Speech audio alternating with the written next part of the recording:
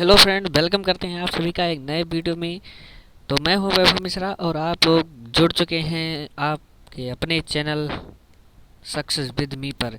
तो आज की इस वीडियो में हम लोग बात करेंगे हिंदी 2025 के ओएमआर प्रश्न के बारे में, ओएमआर क्वेश्चंस के बारे में। जो 20 क्वेश्चन आते हैं उसमें, तो उन 20 का हल हम लोग देखेंगे और उसके बाद खंड बा और आगे का खंड मैं आप लोग को दिखा दूंगा, जिससे आप लोग स्क्रीनशॉट ले लीजिएगा और मैं 1 से 20 तक क्वेश्चन को सॉल्व कराऊंगा। तो आप लोग जुड़े रहें हमारे साथ और बिना देरी के हम इस क्लास को शुरू करेंगे। तो काफ़ी इंटरेस्टिंग तरीके से हम लोग शुरू करेंगे इस क्लास को। तो सबसे पहले ये निर्देश आप लोग देख लीजिए। ये निर्देश दिए रहते हैं पेपरों में, तो इन निर्देशों का पालन करते हुए आप लोग पेपर दें 10th में। और खंड आ हम लोग सॉल्व करेंगे। बा और आगे का खंड जो वर्णात्मक खंड है उसको मैं दिखा दूंगा आप लोगों को और उसका स्क्रीनशॉट आप लोग ले लीजिएगा। तो मैं शुरुआत करता हूं अपने बहुविकल्पीय प्रश्नों का। खंड आ यानी जो कि 20 नंबर का आता है आप सभी के बोर्ड परीक्षाओं में। तो बिना देरी के हम वीडियो को शुरू करेंगे और उसके बाद क्वेश्चन को हल करेंगे। तो हमारा सबसे जो पहला क्वेश्चन है वो कई बार आ चुका है कि ध्रुव स्वामिनी नाटक के लेखक हैं। तो एक चीज़ आप लोग ध्यान रखिए, अगर ध्रुव स्वामिनी जो ये रचना है, अगर इसकी विधा पूछी जाए, क्या पूछी जाए, विधा, तो आप लोग क्या बताएंगे? तो आप लोग बताएंगे कि नाटक है इसकी विधा। किसकी विधा? ध्रुव स्वामिनी की विधा नाटक है। और अगर यही क्वेश्चन बन जाएगा कि ध्रुव स्वामिनी रचना की विधा है, तो आप लोग क्या बताएंगे? यहाँ 4 ऑप्शन लगा दिया जाए, नाटक, काव्य, महाकाव्य, और यहीं पे 4 ऑप्शन लगा दिया जाए, तो आप लोग नाटक को तुरंत चूज कर लीजिएगा। तो इस क्वेश्चन को शुरू करेंगे। तो पहला क्वेश्चन है ध्रुव स्वामिनी नाटक के लेखक हैं। तो सबसे पहले ऑप्शन में है आपका निराला, और बी ऑप्शन में है जयशंकर प्रसाद जी, सी ऑप्शन में है रामकृष्ण दास जी, और डी ऑप्शन में है रामचंद्र शुक्ल जी। तो जो इसका राइट आंसर हो जाएगा वो बी ऑप्शन, जयशंकर प्रसाद जी की यह रचना है ध्रुव स्वामिनी, जो कि जिसकी विधा नाटक है। तो अगले क्वेश्चन पर हम चलेंगे कि प्रेमचंद, अगला क्वेश्चन है प्रेमचंद जी का विशेष महत्व किस रूप में है? ए ऑप्शन में है उपन्यासकार के रूप में है, कि निबंधकार के रूप में है, कि कवि के रूप में है, कि एक नाटककार के रूप में है। तो यहीं पर अगर पूछा जाए, हाँ चलिए उसे छोड़ते हैं। यही क्वेश्चन है कि प्रेमचंद का विशेष महत्व किस रूप में है? तो ए ऑप्शन में उपन्यासकार है, बी में निबंधकार है, सी में कवि है, और डी में नाटककार है। तो जो इसका राइट आंसर हो जाएगा वो हो जाएगा निबंधकार। नहीं, निबंधकार नहीं होगा, इसका सही ऑप्शन हो जाएगा उपन्यासकार, जो कि हम लोग जानते हैं कि प्रेमचंद जी एक विशेष उपन्यासकार के रूप में थे। तो अगला प्रश्न है हमारा, वो क्या कह रहा है कि रानी केतकी की कहानी के लेखक हैं। ये कई बार पूछा जा चुका है और 2025 में फिर से रिपीट किया गया है। तो इस क्वेश्चन को वेरी मोस्ट इम्पॉर्टेंट में रख लीजिए, वेरी मोस्ट इम्पॉर्टेंट में रख दीजिए। ये हर बार पूछा जाता है हिंदी के क्वेश्चन में कि रानी केतकी की कहानी के लेखक कौन हैं। तो सबसे पहले ऑप्शन में आप लोग को देखने को मिलेगा बंग महिला, बी ऑप्शन में देखने को मिलेगा प्रेमचंद जी, सी ऑप्शन में ईसा अल्लाह खां, और डी ऑप्शन में आप लोगों को देखने को मिलेगा कि मोहन राकेश जी। तो ये कई बार क्वेश्चन पूछा गया है, इसे हम 3 स्टार में रख लेंगे, मतलब कि सबसे मोस्ट इम्पॉर्टेंट में रख लेंगे इसे।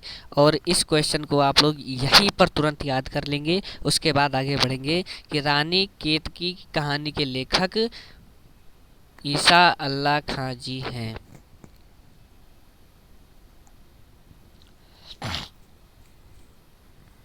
अगला क्वेश्चन है हमारा कि निम्नलिखित में से गद्य की एक विधा नहीं है। गद्य की एक विधा नहीं है। तो ए ऑप्शन में है महाकाव्य, बी है उपन्यास, सी है नाटक और डी है एकांकी।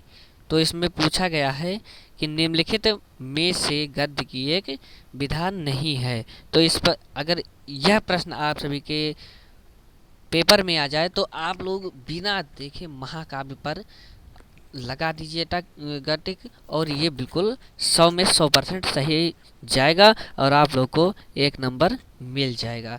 तो अगला क्वेश्चन क्या है कि परीक्षा गुरु उपन्यास के लेखक हैं। काफ़ी इम्पोर्टेंट सेट हम लेके आए हैं। इस सेट में जितने क्वेश्चन है वो हर बार रिपीट होते हैं, तो इसलिए इस सेट के बारे में आप लोग ज़रूर देखिए और वीडियो को लाइक ज़रूर करें। बहुत मेहनत से हम लोग कंटेंट बनाते हैं। तो हमारा अगला मतलब अगले प्रश्न की ओर चलते हैं ज़्यादा देरी ना करते हुए। तो 5वां प्रश्न क्या है, परीक्षा गुरु उपन्यास के लेखक हैं। अगर यहीं पे आपसे पूछ लेता कि परीक्षा गुरु के की विधा क्या है, विधा, तो आप लोग तुरंत बता देते कि उपन्यास, मतलब उपन्यास इसकी विधा है। तो परीक्षा गुरु के लेखक कौन है? ए है यशपाल, बी है श्रीलाल शुक्ल, मतलब श्रीलाल शुक्ल, सी ऑप्शन में है डॉक्टर राजेंद्र प्रसाद जी और डी ऑप्शन में है लाला श्रीनिवास दास जी। श्रीलाल शुक्ल जी और श्रीनिवास दास जी में अगर कभी दास हटा दिया जाए या शुक्ल हटा दिया जाए तो आप लोग इसमें कन्फ्यूज़ ना हो। तो इसका साइज थोड़ा छोटा कर लें। तो परीक्षा गुरु उपन्यास के लेखक कौन है? तो इसका जो सही आंसर होगा लाल श्रीनिवास दास जी, इसका सही आंसर हो जाएगा। तो बढ़ते हैं अपने अगले क्वेश्चन की ओर, और इसका कलर थोड़ा चेंज कर दें। हाँ, तो अगला क्वेश्चन है हमारा 6वां कि रामचंद्रिका के रचनाकार कौन हैं? रामचंद्रिका के रचनाकार हैं। ए ऑप्शन में है आपके देव, बी ऑप्शन में है केशव, सी ऑप्शन में आपके हैं भूषण जी और डी ऑप्शन में है आपके मतिराम जी। तो आप लोग अगर यह क्वेश्चन आ जाए, वैसे यह भी रिपीट होता रहता है, काफ़ी इम्पॉर्टेंट क्वेश्चन है। तो और परीक्षा गुरु भी, यह भी मोस्ट इम्पॉर्टेंट क्वेश्चन है। ये क्वेश्चन मोस्ट इम्पॉर्टेंट में आता है, तो आप लोग इन सभी क्वेश्चनों को बहुत ही ध्यान से पढ़ें। तो रामचंद्रिका के रचनाकार कौन हैं? तो छठे क्वेश्चन का बी ऑप्शन हो जाएगा केशव जी, जो कि रामचंद्रिका के रचनाकार हैं। अगला क्वेश्चन है तार सप्तक में कितने कवियों की रचनाएं संकलित हैं? तार सप्तक में कितने कवियों की रचनाएं संकलित हैं? तो 100, ये तो बिल्कुल गलत हो जाएगा। फिर उसके बाद है 10, ये भी गलत हो जाएगा। 4, ये भी गलत हो जाएगा। तो इसका सही ऑप्शन हो जाएगा 7, तार सप्तक। सप्तक मतलब 7 लोगों के बारे में, तार सप्तक। आप लोग जानिए सप्तक का मतलब 7, यहाँ से ये हटा दिया जाए तो तार सप्तक का मतलब 7। और अगला क्वेश्चन है जो कि बहुत ही इम्पोर्टेंट है, यह भी मोस्ट इम्पोर्टेंट क्वेश्चन है। और अगला क्वेश्चन है जो वो तो काफ़ी इम्पोर्टेंट है ही कि द्विवेदी युग नाम किसके नाम पर पड़ा? आप लोग कई बार यह क्वेश्चन देखे होंगे या देखने को आपको मिलेगा इस बार।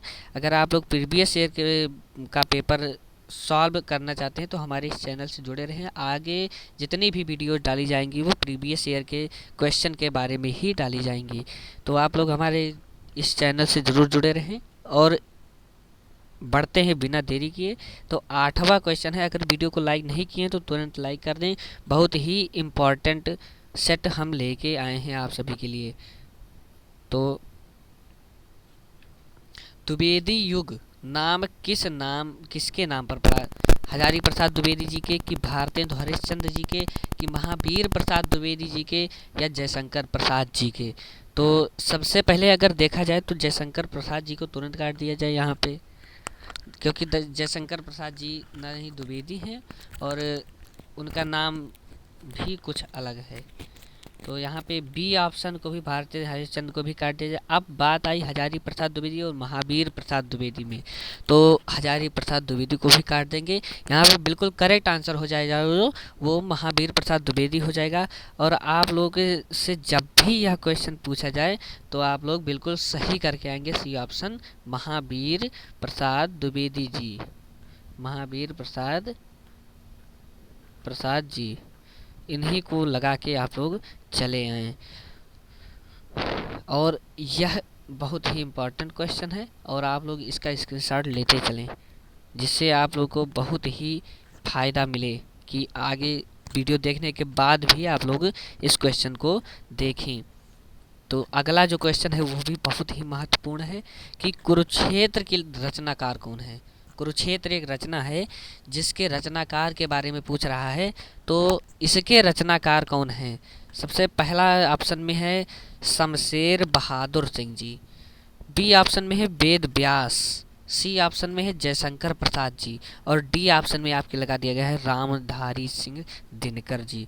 तो सबसे पहले आप वेद व्यास जी बिल्कुल नहीं होंगे यहाँ पे, और उसके बाद अगर देखा जाए तो शमशेर बहादुर सिंह जी भी नहीं होंगे और जयशंकर प्रसाद जी भी नहीं होंगे। तो इसके जो लेखक हैं कुरुक्षेत्र के वो रामधारी सिंह दिनकर जी हो जाएंगे। तो बढ़ते हैं अपने अगले प्रश्न की ओर कि बिहारी ने किस भाषा में काव्य रचना की है? सबसे पहले इस क्वेश्चन को आप देख लीजिए, ये मोस्ट इम्पॉर्टेंट क्वेश्चन है, मोस्ट इम्पॉर्टेंट क्वेश्चन है और इसका स्क्रीनशॉट आप लोग तुरंत ले लें। उसके बाद जो है क्वेश्चन वो है कि बिहारी ने किस भाषा में काव्य रचना की है? यहाँ पे भाषा के बारे में पूछ रहा है बिहारी जी के। तो आप लोग के सामने ऑप्शन है कि ए है ब्रज भाषा में, बी है अवधी भाषा में, सी है खड़ी बोली भाषा में, कि डी भोजपुरी में लिखा गया है। तो ब्रज भाषा, अवधी भाषा, भोजपुरी और खड़ी बोली, यह चारों ऑप्शन में अगर आप से यह क्वेश्चन पूछ लिया जाए तो आप लोग कौन सा इसमें से वो लगाएंगे? तो इसका जो सही आंसर होगा, ये क्वेश्चन नंबर नहीं है यहाँ पे इसलिए दिक्कत पड़ रहा है, 10वां क्वेश्चन। हाँ, तो इसमें जो आंसर होगा आपका ये ए ऑप्शन हो जाएगा, ब्रज भाषा में। अवधी भाषा में बिल्कुल नहीं है, भोजपुरी में भी नहीं है और खड़ी में बोली में भी नहीं है, यह ब्रज भाषा इसका 100% आंसर सही हो जाएगा। उसके बाद हास्य रस का स्थायी भाव पूछा है, हास्य रस का स्थायी भाव। तो यहाँ पे ए ऑप्शन में है क्रोध, बी है रति, डी है हास और सी में लगा दिया गया है भय।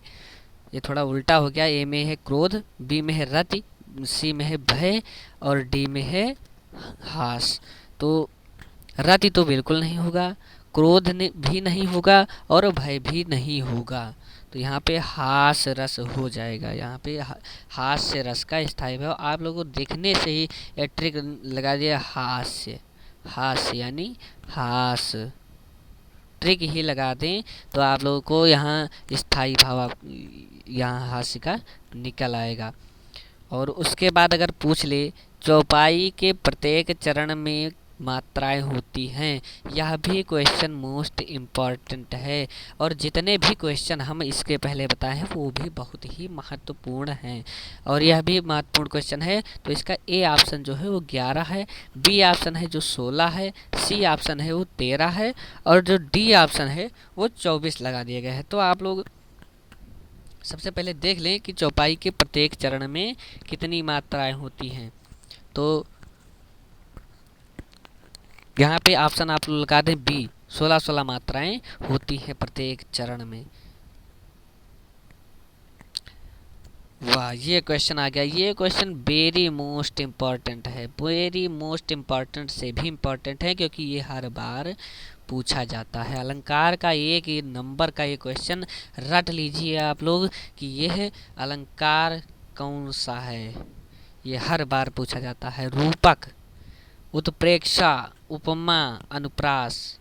क्या है क्वेश्चन की पीपर पात सरिस मन डोला, पंक्ति में अलंकार है कि पीपर पात सरिस मन डोला, पंक्ति में कौन सा अलंकार है।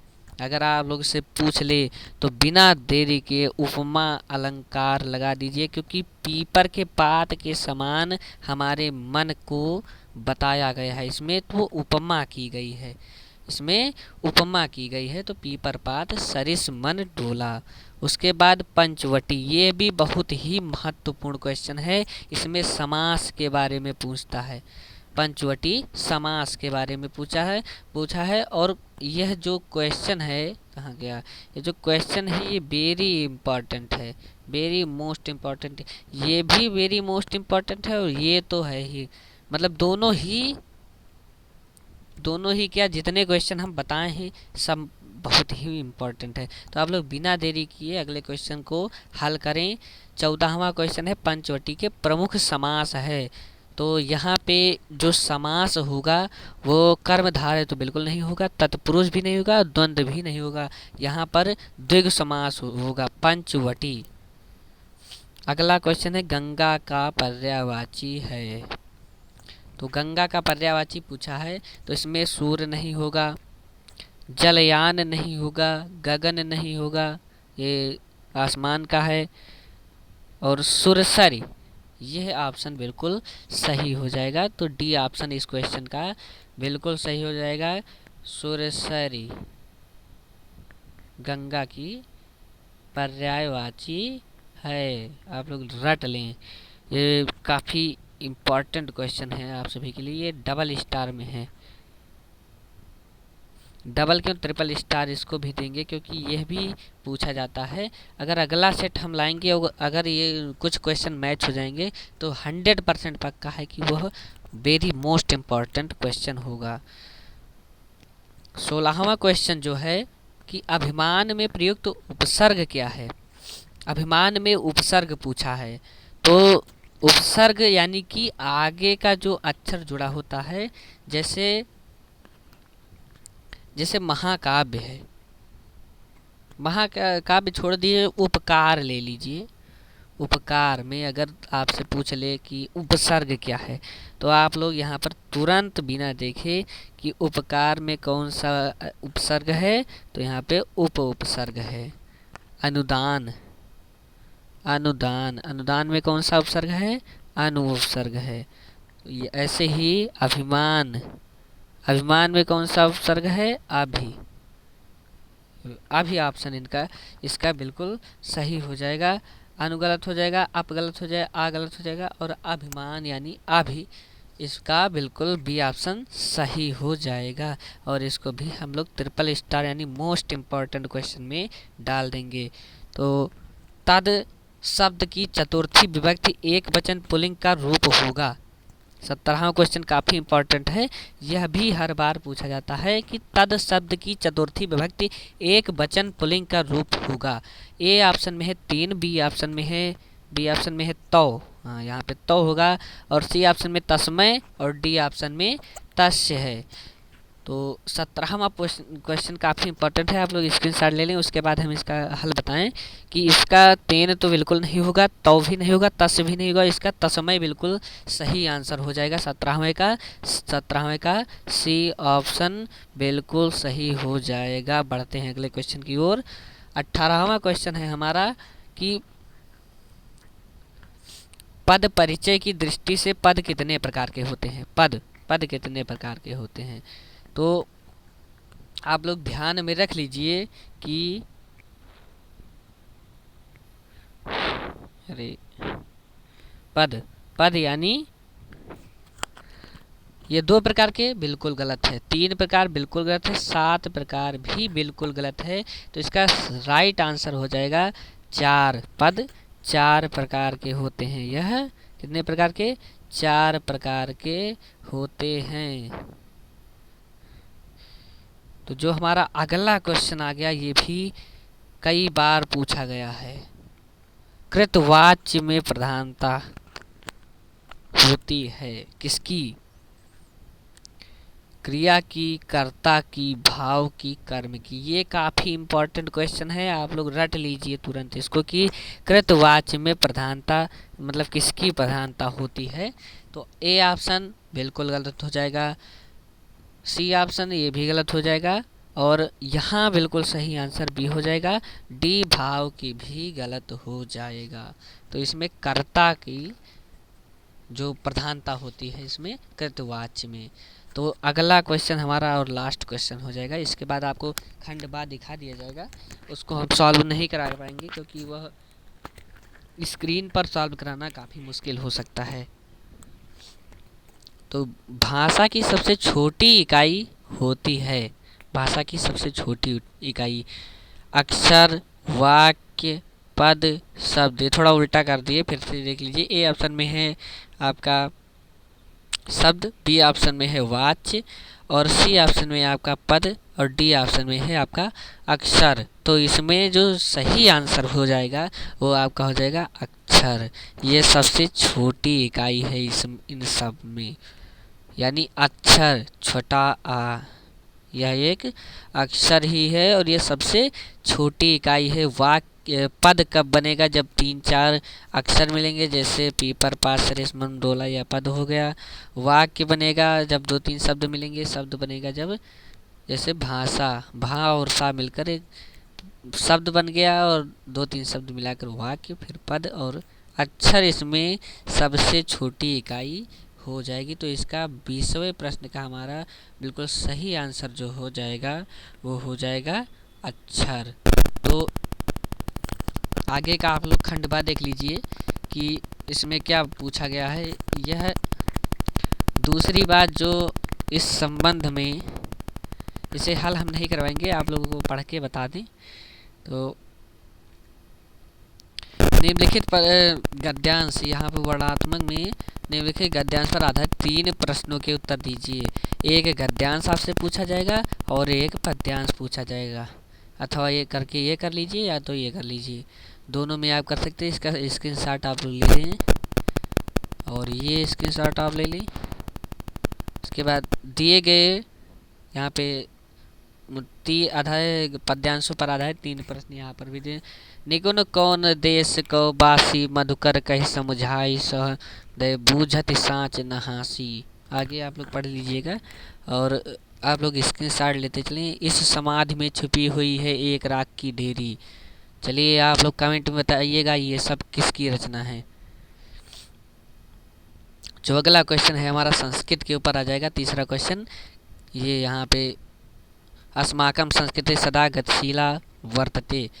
यहाँ आगे आप लोग देख लीजिएगा, आगे इतना अब वीडियो ज़्यादा लंबा हो जाएगा, तो आप लोग जल्दी जल्दी स्क्रीनशॉट ले लें इसका, और यहाँ पे स्क्रीनशॉट ले लें। तो यहाँ पे हमारा वीडियो जो है वो ख़त्म होता है। तो आप लोग अगर जो लास्ट तक जुड़े रहे उनको बहुत बहुत धन्यवाद, और मिलते हैं आपसे अगले वीडियो में। हो सकता है अगला वीडियो गणित के ऊपर आए या तो साइंस इम्पोर्टेंट है, इसलिए साइंस पर ही वीडियो हो सकता है बनाया जाए। तो मिलते हैं अगले वीडियो में, तब तक के लिए जय हिंद, जय भारत।